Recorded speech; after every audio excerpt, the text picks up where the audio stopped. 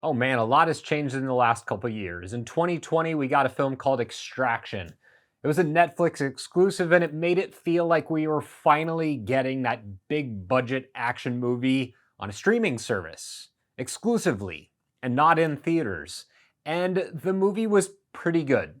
It was like a maybe like a 7 out of 10. It was nothing spectacular. It was solid. It had Chris Hemsworth, who was like, created in a lab to be an action movie star, and it was fine. It was good. I didn't think it was amazing. I didn't think it was anything super special.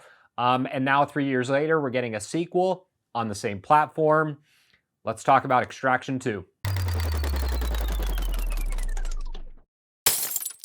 Thank you so much for checking out the video. Before we get started, click on that red subscribe button and the notification bell. That way you know whenever I post a new piece of content. So I like the first Extraction. It ended, and spoilers for the first one, that movie ended with what was the apparent death of its main character, Tyler Rake.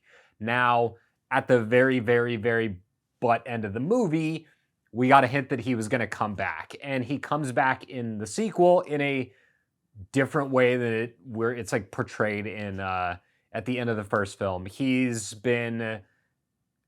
like falls off this bridge. He's like riddled with bullets. And then at the beginning of this movie, he's rescued and spends, I think it's 9 months laid up in a hospital bed and then rehabbing and recovering and then going out on another action adventure to save somebody that's close to him. And this it's kind of got that same predictability to it that the first movie had. I actually do like this one a lot more. It's got a more varied set of environments and color palette. I think the character is basically the same. Hemsworth doesn't have to do a whole lot to flesh him out.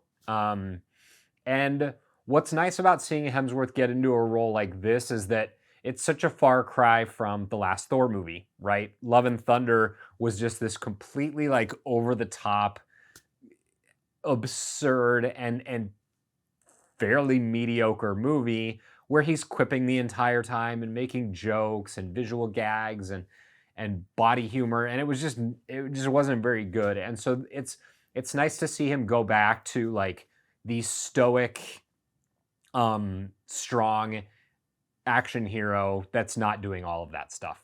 So the action here is really, really good. It's got all the explosions. It's got all the violence. It's super visceral. Movie starts off kind of dark in the beginning, mostly because it's set at night and they do this like really long kind of, I wouldn't say ode to, but like it's very similar to the prison sequence in The Raid 2, which, let's be realistic here, that movie is superior to this movie in every possible way, but it has a very similar, like, long version of that fight. It's like, oh, they're doing the raid thing with a bunch of like a prison sequence. So, but then it gets more. There's a lot more stuff going on outdoors. It's not as like just brown as the first movie was. And this movie's got some pretty cool scenes of arms breaking and, people getting stabbed and impaled and blown up and shot in the face. It's got all that stuff. So it's predictable in that way, but it also, it has one of the characters he's trying to rescue is so unlikable the entire time that it was kind of distracting. I felt like that dragged the movie down a little bit. But overall, it's a pretty good movie. The one thing that really hurts this the most is that it's not in theaters. And that's just the nature of the beast. When you put your movie out in a streaming service and it's exclusively there, like Netflix is doing, this is the result. You're gonna get something that has a lot of the energy and life taken out of it by being on a smaller screen.